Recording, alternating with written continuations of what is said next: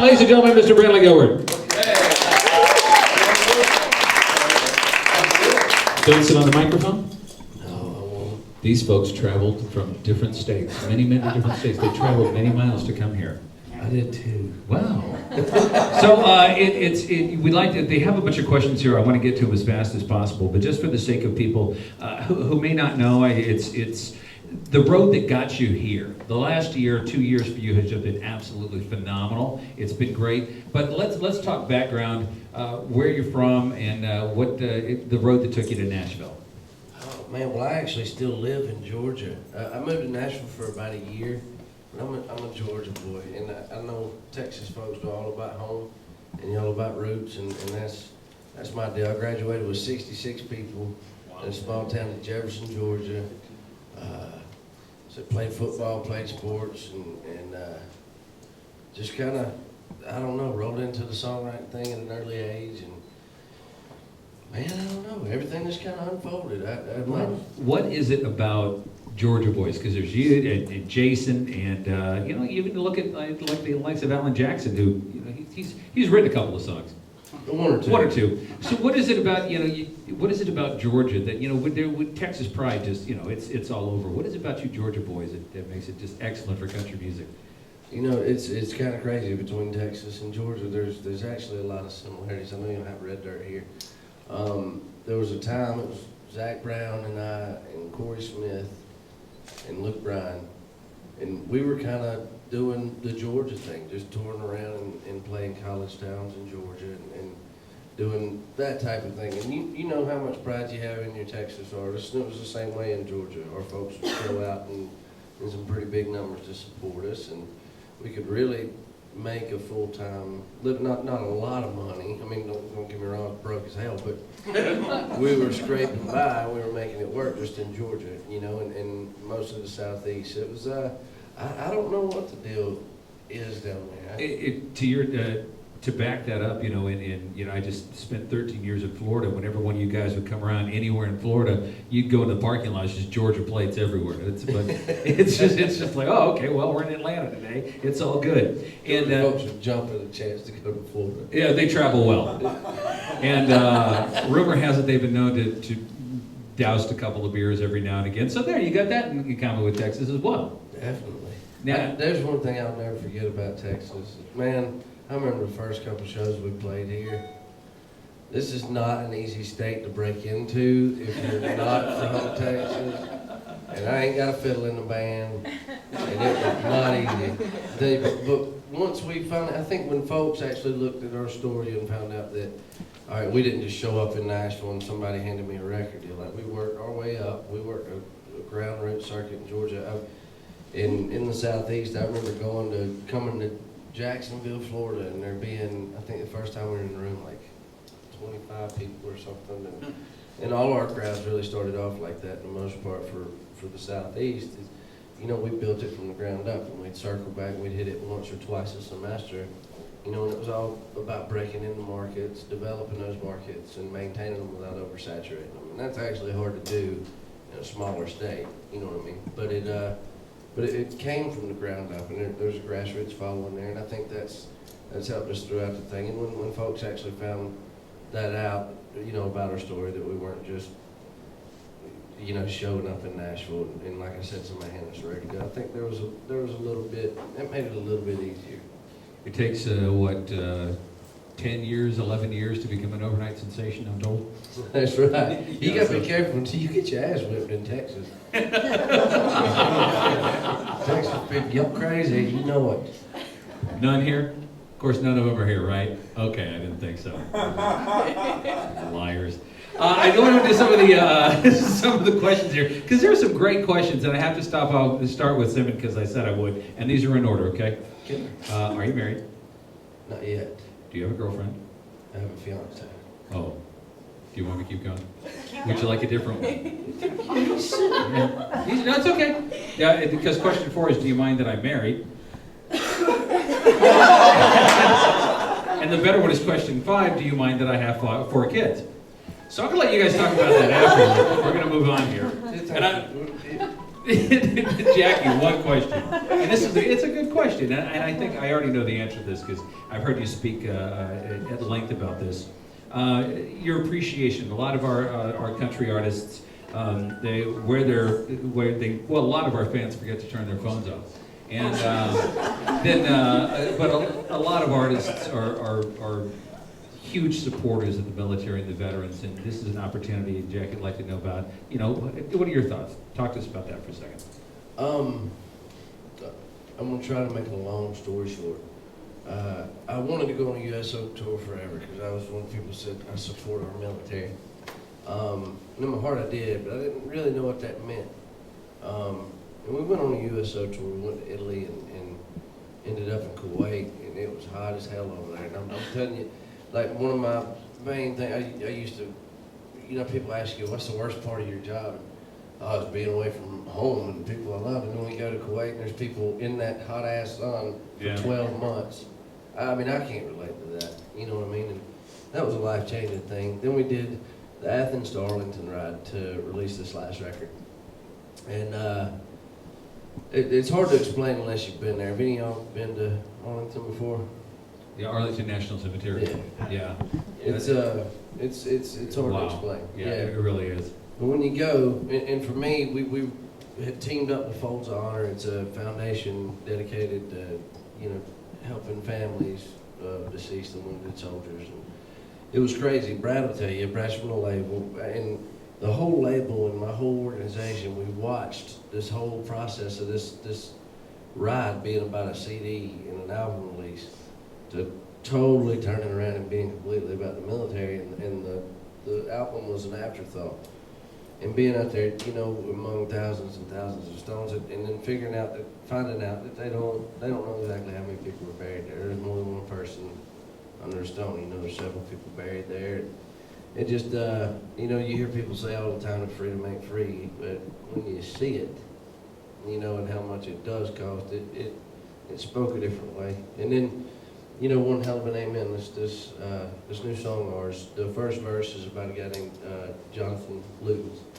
One of my best friends from home, Josh Green, he did 4 tours in Iraq, and I had to hear about this dude all the time. And that was, when you got your best friend, and he's like your war buddy back home. He was my drinking buddy, my bar hopping buddy. And, I had to hear about this other dude all the time. I was like, dude, I'm not your best friend anymore. You got a real war buddy now. And I used to give him hell about it, but Josh was one of those guys that came home the last time and had some trouble adjusting.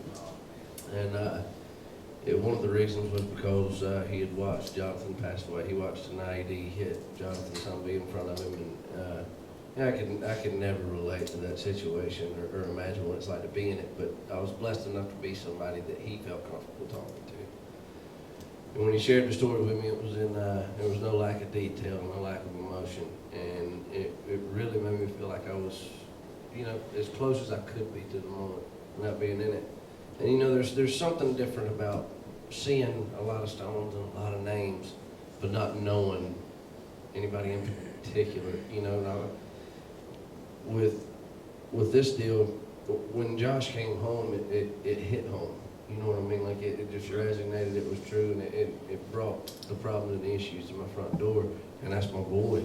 He's having trouble sleeping. He's drinking himself to death, and we're both kind of going through it together. I mean, I was in the middle of, kind of drinking myself stupid. And we kind of worked. We actually both worked out of that situation together, and it was pretty awesome. He's one of my favorite people in the world. If you look at the back of the Halfway to Heaven record, it looks like my eye's got a shadow. That's not a shadow. He blacked my eye. One night we were on Loop 10, and he decided we'd been out and stuff, and for some reason I don't know if he thought that. I think he clicked back for a minute, and maybe he thought it was an IED close or something, and he had to get out of the car. And we're running 70 miles an hour.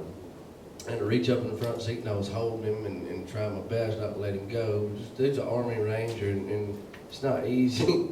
But he said, "Let me go, man. I'm good. And I said, "So if I let you go, you mean you ain't gonna turn around and hit me?" He said, "Yeah." Man, I'm looking down at my phone. It's been 5 minutes since all that went down. All of a sudden, I just start seeing stars. That joker hit me, broke my nose. I got out fighting. If you ever get a chance to fight an Army Ranger, jump off a cliff. And make sure there's rocks at the bottom. That's probably a smarter way to go. You kind of mentioned one of the things that, as kind of an interested observer, I mean, you mentioned, you're very open about mentioning your demons. And I think that's important too. And not only to your fans, but to people around you to say, look, you know what, yeah, I've had the success and yeah, we're going through this, but it's been a hell of a road and it's been a tough time and I've had my struggles. And I really have to applaud the fact that you're very open and share that with people. Good for you. Oh, thank you, man. I don't think there's anything to hide about it. It is what it is, you know what I mean? Well, definitely. This is it Amira or Amira? Amira. Amira.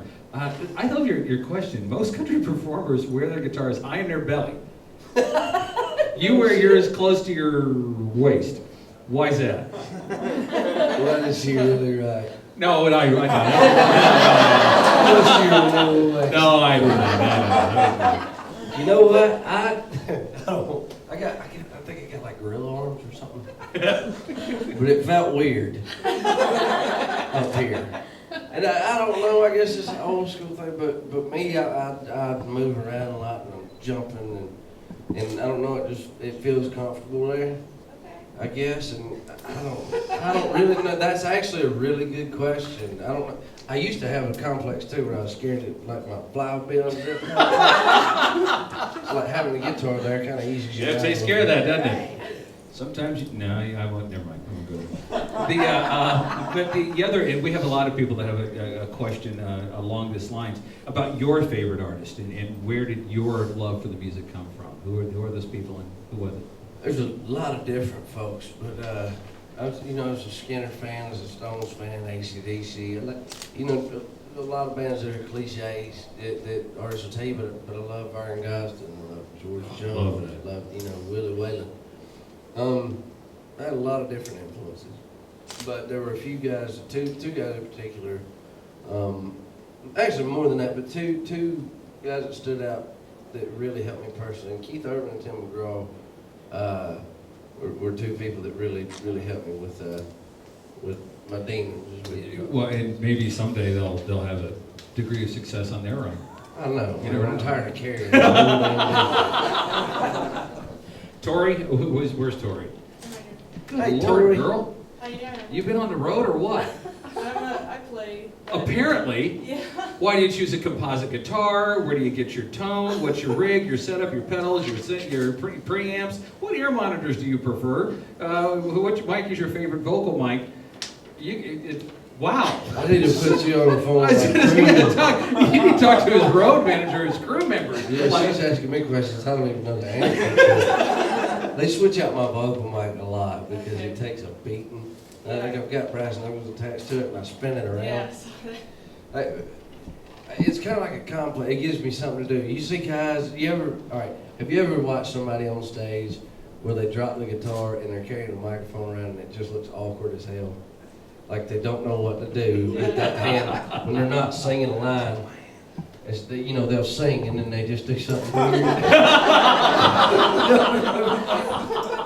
I didn't want to do that, so the whole spinning thing. It's fun. I do it backstage, and it's actually turned out pretty bad.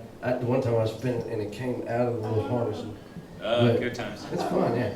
We'll get you. We'll get you just with the crew, yeah.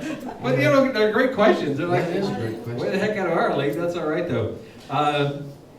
Mary wanted to know. This is just again someone else you're going to have to go on the road and carry. That Chesney guy. Being on the road with him, man, what a drag, huh? I'll tell you, I'm getting tired of carrying that man. A lot of weight. No, I'm going to tell you something about Kenny Chesney I didn't know is he's a little jokester. Oh, yeah. I didn't mean to say little. He's an accomplished jokester. Yeah, this dude is, but he's really, really cool. Like he's been really nice to me. And during football season, we're both college football fans. I'm more of a college guy than I'm a pro guy. And he, when Tennessee was playing Georgia, he kind of gave me hell back and forth. Because we lost about every rival game that existed pretty much this year. Yeah. I mean, I don't know if y'all heard about what happened at Georgia this year, but our star running back was, kind of making money off his autograph and things like that. Which, I mean, you know what? So he transferred to Ohio State, where they welcome him. Yeah, they do that all the time. Florida State. Yeah, one or the other. Whoa. Any new tattoos lately? I'm actually, February 23rd, my guy's flying down. These two guns, we've got two Kimber 45s. All right, y'all seen the movie Training Day? Yeah. Denzel Washington. I had to have some. When I saw those two guns and he was like clicking them together, I was like, that's gangster. I want two guns. And I want to carry them in a music video, and I did. So I'm getting them tattooed on my back. Like, it's the Second Amendment tattoo that's going to cover Sure. up like my entire back. Good for you. Now notice, not only does he have his own tattoo guy, but he's flying him down special for this, all right? I've never used this guy before. He's new. Well, let us know. Yeah. But see, that's something you don't want someone screwing up. I mean, this guy's got to come with some cred. Yeah, this dude, my right-hand man, Steve Tushman, knew a girl that worked in his office, and he's a really well-known dude, but he kind of keeps his name quiet. It's weird. But he's really good at what he does. You hope. Yeah, if he's not, If not, just a lot of shirts for you, pal. Have you bought your Mega Million ticket yet? $450 million for the lottery tonight. I don't know. No kidding. 500. Oh, it's up to 500 now? It was stopped by the gas. One right around the corner. Is that right? You know, I'm sure I'm you- gonna see half of y'all there. What is Actually, he'll be flying in his lottery ticket guy. He's not going to take care of that, yeah. When you come to Texas, careful. What's your favorite place to stop and eat? That's a good question. Is that you said careful? Is that a dangerous one? No, I was going to say, you named the wrong place, they're going to come at you. Trust me. Well, I like macaroni and cheese. So Well, you got it. Okay, good enough. what place has the best macaroni and cheese here? Luby's. That wasn't you? Okay. I love it. Uh-huh. Let's go there. Yeah, all right then. Mike Anderson's. Would you like to get a little drunk this afternoon? I didn't write them, I'm just reading them. What do you mean this afternoon? Yeah, I had to stop. You can only wake up naked on so many beaches before you realize there might be a problem. Drinking and driving is one thing, drinking and flying is another. I don't even know how I got a ticket. Who knows? Andy, good question. Did you shake Greg Allman's hand at the All My Friends show? Yes, I did. Wow. And it was a pretty unreal feeling. That dude's amazing. He did a lot for music. That whole show was a little bit crazy for me. Number one, we didn't know they were recording it to release, so we were kind of. It was a free fire thing, but just the caliber of people on stage, and it's a lot of it. I mean, you got Derek Trucks and a lot of folks up there that it's a badass. You ain't lying. That's very cool. So it's kind of a part of music that a lot of people miss out on. You know, it's that whole journey and that whole sound. And these are guys, man, that play. There's good guitar players everywhere, but these guys play some signature stuff that's just not normal. There's a different. I mean, it's really hard to explain unless you hear it. But yeah, the It's talent such a on stage quality. is insane. This 2004, I met Dickie Betts. I have not washed that hand since then, and it stinks. Exactly. The brass knuckles on the microphone. Where'd that come from? That's a good question. It's a very good question. When I got Very cool. arrested at BNA for you don't know about. So, excuse me.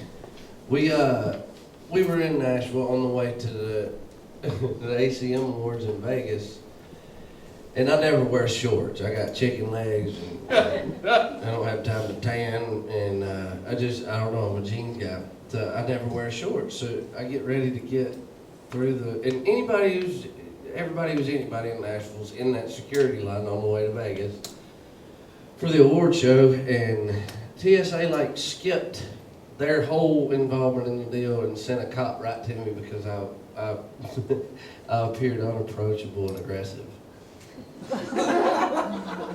Would have had shorts on, showing them chicken legs, maybe. But I had a pair. Yeah. So I was with a girl at the time who had decided to relocate a large collection of brass knuckles that I had. the cop comes up to me and he was like, hey man, I know who you are, and I'm real nervous right now. It's the first thing the cop says, I said, you just made me nervous. Yeah. He said, you wouldn't happen to have a set of brass knuckles on you, would you? And I said, well, man, if you ask me that question, there's probably a good chance I do. And I can probably tell you where they're at. The one time I packed shorts, she figured that was a safe place to hide them because I never Hit him wore in them. your shirts. And buddy, this dude was so shook out, he couldn't put my right cuff on. I had to put my right cuff on for him, and he filled out my report. He forgot to charge me, forgot to say what he caught me with. Yeah. And I told him my phone was dead, but it was recording the whole time. He never read me my rights. Like, I got a song called Read Me My Rights. How the hell you gonna do that? So they slapped me on the wrist. She was pissed though. Oh man, it was awful. She was like sitting across, that dude was having a panic attack. That's Jeff, everybody. Yeah. Which is kind of scary. I mean, he's a tour manager and an artist. Got to go to jail in the airport. But I said, what is wrong with you? And she said, you're in handcuffs in an airport. When I said the worst thing possible at the time, which would seem pretty logical to me, it was not the first time these kind of things. Well, it is the first time in an airport. But, you know, everybody in the business who knew me was kind of laughing because it really wasn't, to me, it wasn't that big of a deal. Like, it was a stage prop. You know what I mean? Like, that's what I told the DA anyway. Exactly. And this dude, man, I'm telling you, when I went to court, it was a trip. This fellow he was in his 70s, and he had a little shake going on, and my lawyer walks out in the hallway and he goes, hey man, listen, here's the deal. We don't even have to present our case. I think he wants to slap you on the wrist and, you know, just come on in. And I walked in and the guy told me, he said, Mr. Gilbert, I had 3 friends in the Twin Tower. 2 real good friends. So the third one just, y'all weren't too good of friends. You know, it's just the way he said it caught me off guard. I had three friends in the World Trade Center, 2 good friends. And he told me that about 7 times. And I got it, and I said, well, sir, you know, I'm not going to lie to you. I said, I'm fully, you know, ready to take responsibility for whatever. And this dude looks up at me and says, well, Mr. Gilbert, I didn't expect you to be the respectful young man that you've been. I was like, what does this dude think I was going to do? Walk in here and start lighting shit on fire?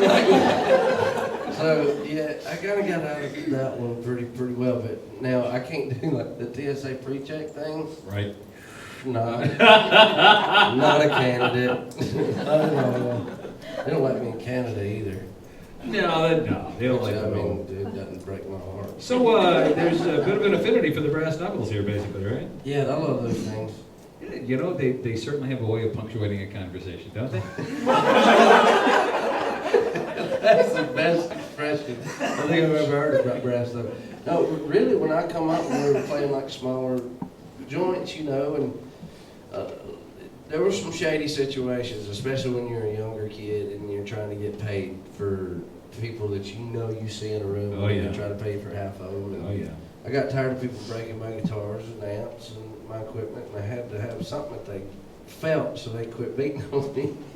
So those things came in handy. You got to use what you got to use. Just don't ever drop them and let somebody else get their hands on them. Yeah, not a good thing. Not a good thing. No. And also make sure that if you are packing them in your suitcase, put them somewhere other than your shorts. So there's the lesson. There's the lesson. Melissa, she has good ones. Free time, what do you do besides get tattoos?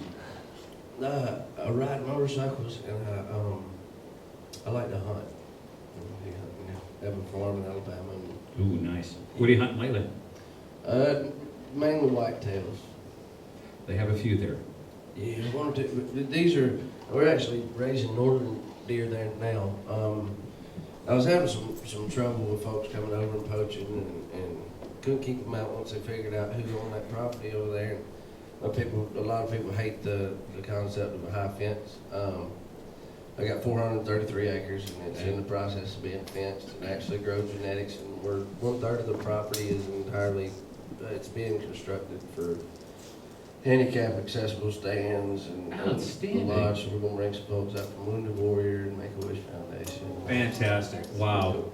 That's stuff. Unfortunately, you know, when you watch TMZ, they never talk about stuff like this. They always talk about the crap. They don't bring up the really cool stuff. That's awesome. You know, also, think about this. The poaching problem, if you equip the deer, the whitetail, with brass knuckles. Just don't get within a couple of feet of it, because, you know, that's a reach. I'm just gonna put up a fence. If I see somebody on the farm Yeah, now, they have fence. to come over a fence, and you deserve to be shot. There you have it.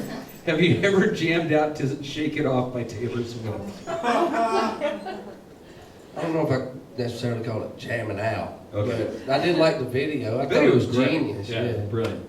Absolutely brilliant. What do you love most about being on tour? Great question. There's a lot of different things. I like the whole concept of a bus. Ever since I was a little kid, I see RVs, and I was like, I love that. That's just awesome. There's beds in it, couches, you can walk while you're going down the road. I like them so much that I actually talked one of my buddies' parents into letting me ride. You remember, like some campers, like attached to the back of trucks. Yeah, like a fifth wheeler. We like rode in it with it attached and not one of the ones you drive. This was fun as hell. You know, you're not supposed to. Also very illegal. Yeah. Why does that not surprise me? That was fun. I was little. I didn't know I was doing anything wrong. There's kind of two questions here I think that are pretty interesting from Tracy. Asking about, do you think that your music and style has changed since you first started out? And pointing out that the first time that Tracy saw you was performing at a Walmart for the CD release. And how do you think how far have you come? How much have you changed? Have you changed? Are you still the same person? You know, definitely my roots are always the same. I moved back home because there are people there that don't give a damn about all this stuff, and they hold me accountable, and they make sure that my roots are my roots, and they stay that way. And that's always been something that's been really important to me. But I think as people, we all go through changes. We all change certain things. You go through things that you like listening to that may change a little bit. But as far as songwriting, I like to have fun with it. And I'm not good enough at my job. I don't know enough about y'all's job at radio to say, all right, well, I'm going to sit down and write a #1 song. Well, we don't know either. Yeah, it just, you know, I sit down and write the best song for the moment. Sometimes it has a little bit of some different influences in it. I will say that my sound now is what I've really always wanted it to be, you know, with guitar-wise and what the guys bring to the table. And it's, I'm really proud of what we got. It's a lot different. I use my guys in the studio as opposed to, you know, a lot of session players and things like that. We do use session players, but the majority of it's my band, and you know, they bring all their influences to the table. You know, and you know, those boys they're my right and left hand. It's pretty nice. But I wouldn't say that I've changed since back in. I still wear the same stuff I did then, and you know, I don't know how much can change as far as, you know, when I really have surrounded myself with people. I hired guys that I rode motorcycles with that were really close to me, that knew me like the back of their hand, to come out and be my set cart, my stage manager, and to carry physicians in my crew.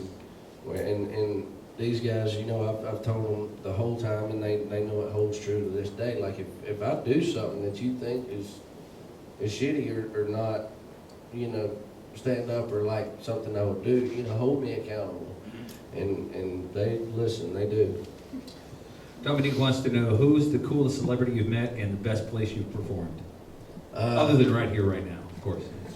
That's a funny question. I'm like, when I go back home, it's like, did y'all ever hear that song Lil Wayne did? How'd it go? Hell yeah, that song. It's Hell Yeah, effing right. That one. Those are. Come on, everyone, sing along. Those are the questions we get every time we get home, and one of the most predominant questions is how many famous people have you met? Yeah. Have you met so and so? I've met a lot of folks, and they all stand out in their own way. But I will tell you that recently, my favorite guy that I met has been Rodney Carrington. That dude is a trip. He cracks me up, and he sends the funniest text messages. Wow. None of which can be read right now, No. right here. An industry mentor, that's Josh's question. I like that question. Do you have one? I'll say that there's several. You learn from all these guys when you go on the road. You know, I've been blessed enough to be on the road with a lot of fellows who've been in the business a long time. And you learn different things from all of them. The Toby Keith tour, I remember meeting guys in his crew. One of the most powerful things about that tour was forming friendships with guys that had been with him for over 20 years and still talk good about him. Like that's hard to do. You know, most people after you work for somebody 20 years, you don't really care for them all that much.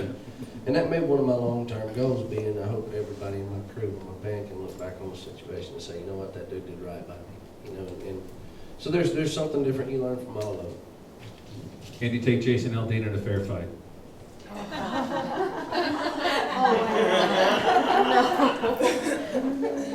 That was my question. I just want to see what you'd say. I don't fight fair. No. I like this. He's not a bad dude. Actually, he's a pretty funny guy. He's into hunting and he's a Georgia boy, so we get along good. We're going on tour together too out in Kenny, so it's gonna be fun. That dude's a trip. He's real quiet actually. I thought he, you know. Oh, he's very quiet. Yeah. Yeah. But I just imagine there's, you know, a lot of no officer what Mr. Aldean and Mr. Brantley Gilbert did does not know. No, just give him the knuckles, give him the shorts, it'll be fine. Let's get him back on.